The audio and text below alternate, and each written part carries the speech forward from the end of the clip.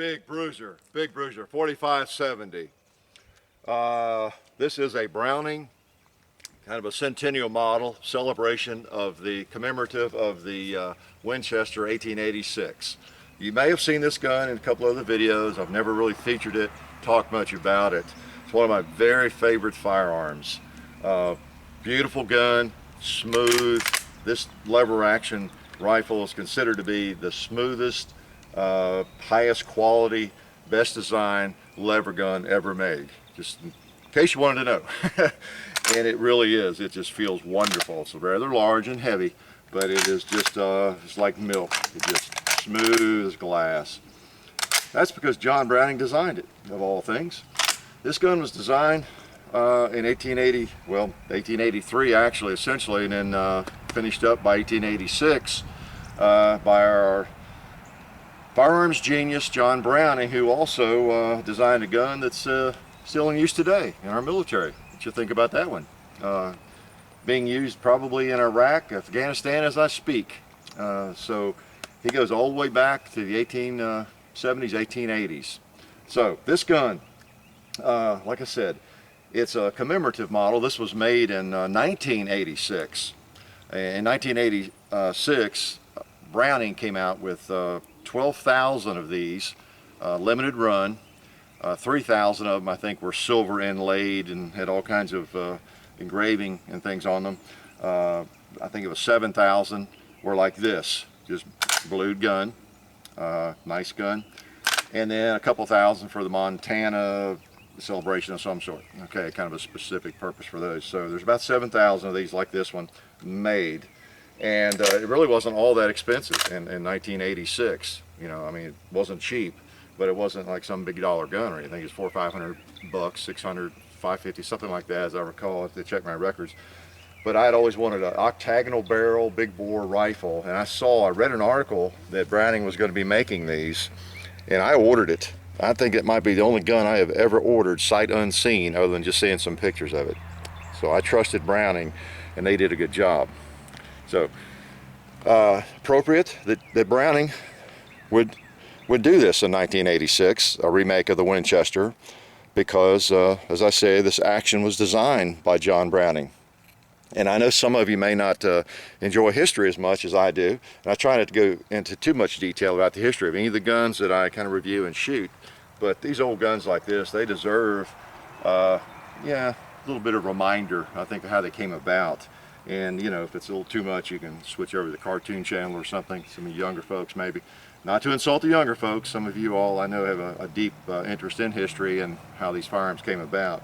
But what happened was, back in the 1870s, 1860s, you know, we had some really nice lever guns. You know, probably some of you have them. The Henry, the 1866 Yellow Boy had a brass receiver, and then the 1873, big year for guns, the 1873 4440 lever gun Winchester, you know, came out, and that was very, very popular. It was the first center fire cartridge, you know, lever gun, the 1873. You've seen me shoot mine from right here, in fact, on this hillside. Really nice guns, but all those guns fired kind of a pistol cartridge, really. You know, 4440 is just a pistol cartridge. You know, 45 Colt, you know, now they chamber them in 45 Colt like mine. They're just pistol rounds, you know, fairly hot, powerful pistol rounds for the day, but they were just pistol rounds. So there was kind of a need for a bigger round. You know, people in the mountains and the plains, hunting buffalo. The Sharps was, of course, very popular. You could really reach out with those. But there was an interest and a desire for a repeater and a more powerful cartridge. Well, with that old toggle link system action on the Henry, basically it was the same action. You know, the Henry, the 1866, the 1873, and even the 1876 Winchester, which was a bigger gun. It was bigger, more like this gun in terms of size, but it was still, I'm talking Winchesters all through here, except for the Henry. But it was still that toggle link system. It was just kind of like the 1873 on steroids, basically. You still had a essentially weak design. I mean, great guns. So it wasn't capable of handling the 4570, the power or the length of the cartridge. Well, so there was a need, there was an interest, and Marlin came out with one in I think it was 1881 that would handle the 4570, And so they were providing some competition for Winchester. Okay, so that's kind of the stage. Well, in 1883, one of Winchester's reps was out in, I guess, Utah, out west somewhere, and he ran across this single-shot rifle in a shop somewhere, and he thought it was pretty interesting and intriguing. He'd never seen it before. And this was when Winchester was already really successful. So this is one of the Winchester sales reps, runs across this rifle that, and it has Browning Brothers on it, made by the Browning Brothers. So he thought that was interesting. A really nice rifle, well made, showed a lot of quality craftsmanship, and so you can imagine, like, who's this? You know, we're Winchester, we should be making this. So he sent it back to New Haven, Connecticut for the engineers or the management to take a look at it.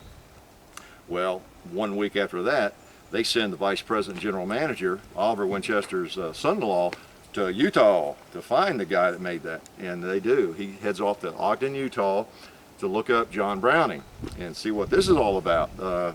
And he goes into the shop in Ogden, Utah, looking for him. And I think he finally finds him upstairs somewhere, bent over a machine working or something. Thinks he's one of the workers, factory workers or something. And it's just a little shop, I think, with just a handful of people. And then wants to ask some guy where John Browning is, where's his office. That is John Browning. I think maybe he was in his 20s at that time. He was a young man, and Thomas Bennett, the VP there at the time, was looking for an older gentleman, I guess. But anyway, kind of interesting. John Browning got started early. He was just a genius. You know, he could design, make anything. And so they reached a deal, long story short, on that single-shot rifle. Winchester bought the patents for it. I think they paid about $10,000, which would have been a lot of money, 1883, for that single-shot rifle. It later became the high wall, the very popular, successful single-shot rifle. High wall, low wall. I think there are three variations of that gun. I've never had one of those. I've admired them, but I've never had one. They were, in a way, like a Sharps. Sharps went out of business, I think, soon after that. And then the high wall has just kind of continued. I think Ballard Company might have bought them or something.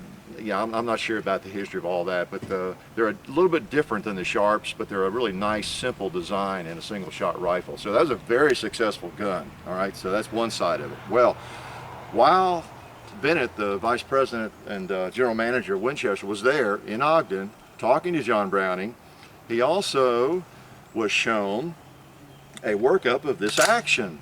You know, I'd get back to the main point here eventually, didn't you? Well, old John Browning had a wooden carving of this action, all right? And it was just an action he was working on. Up to then, John Browning had not designed any of the lever guns. You know, sometimes we think John Browning designed every gun on the planet, but he had not. And he had come up with a stronger action. You notice on this one, I could do a comparison sometime with a toggle link system, but with this one, you have a couple of lugs that come up through the receiver and they lock into the bolt like that, okay? And man, they really lock solidly. Plus it's all beefy, so they got mortises in the side plate there, and they just come up through that. And just like the 92, the Winchester 92 is kind of a smaller version of this gun, basically. This gun is the granddaddy. It's the steroid version of the 92. But that's how it works, and it really locks up tight. It's a big old gun, all right? So he had a mock-up of that, carved out of wood, and Winchester bought the rights to that too, or at least the first right of refusal, I think, or something, for $8,000 or $10,000. And so it was a good day for John Browning. And they took that back, and by 1886, you know, they were actually manufacturing, with just minor changes, this gun in the Winchester. So this gun, they needed a gun like this in big caliber to compete with Marlin, and people wanted it. They wanted a repeater that would fire some of the big bore cartridges that even the Sharps were chambered for. Because the 4570 was the most popular chambering in it, as I understand, the most common, most popular, but it also was chambered in some of the 50 caliber rounds, and a lot of those other cartridges are kind of oddball cartridges to me, because I don't follow them that closely, but some really good cartridges. So, big old gun, a little bit heavy to pack around all the time. A lot of people probably did not like it because it was so big, but then again, if you needed something with power and a repeater, this thing holds 9 rounds. Can you imagine? 9 45-70s in the magazine. That's a lot of heavy lead right there at your disposal. If you're in whatever, buffalo country, Indian country, grizzly country or whatever. I'd sure like to have this with me if old Grizz showed up, you know, by surprise sometime. So, nice gun. Like I said, 1986 I acquired this. That's been, what, almost 25 years now. I need a better butt plate, you know. I always have to extend the grip because this thing's about 2 inches too short for my length of pull. So I'm still trying to make do with this thing. Every time I find somebody that makes a butt plate for this, a leather one, they need the rifle to design it or something, or to make it, you know, which I don't fully understand. These are all the same size, but one of these days I'm going to get me a really nice, you know, pad. Well, and I actually need about that much length, but I also want it to look nice. But with me, it's function over form every time. That's why I like Glocks. You know, it's the function is the most important thing. So even though the thing's coming apart, it feels great on my shoulder. So until I get something better, it's going to stay. Okay, so let's take a couple more shots with it while I'm gabbing.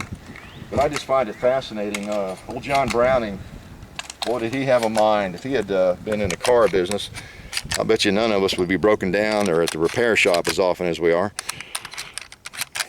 I'd say he and Gaston Glock had a lot in common. These big old slugs. This thing does operate just like butter. As sure as I say this, will hang up or something. So let me take a couple more here, so you can see this thing.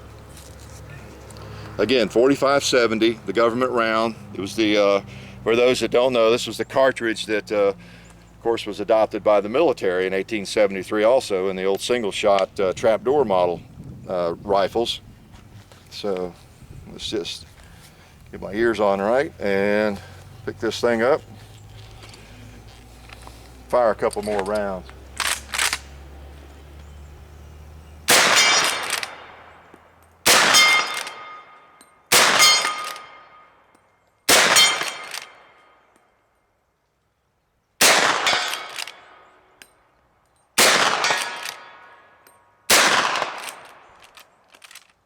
I see a buffalo hiding down there in the trees too.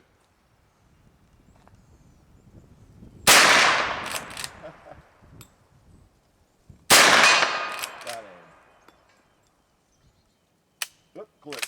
Out of ammo. So that is a nice gun. It's doesn't kick that much. It's got enough weight, and with, of course, I have an extra pad because of my length of pull, but it's very comfortable to shoot. Shoots the big old 405 grain round. That's what I fire in it. That was kind of the original loading. They also loaded a 500 grain round, but this is the 405 round, and it trucks on along. It's not a high-speed rifle that will shoot a flat, you know, trajectory at 500 yards or anything, but at these kinds of ranges, or at 200 or 300 yards, it will get the job done. And it's a lot of lead trucking through the air. But this is, again, this is Browning made this one, which is appropriate because he's the one who designed it, you know. And so it doesn't bother me that it's not a Winchester. The originals are very, very expensive, and I'm not sure you'd want to bring them out here and shoot them like this, you know, if you did buy one for $10,000 or something, you know. But they're still around. They made this gun from 1886 until 1935, and wonderful old lever gun. Biggest, heaviest, strongest, most attractive, most desirable in so many ways in terms of a lever gun that was ever invented. Okay, thank you, John Browning. Life is good.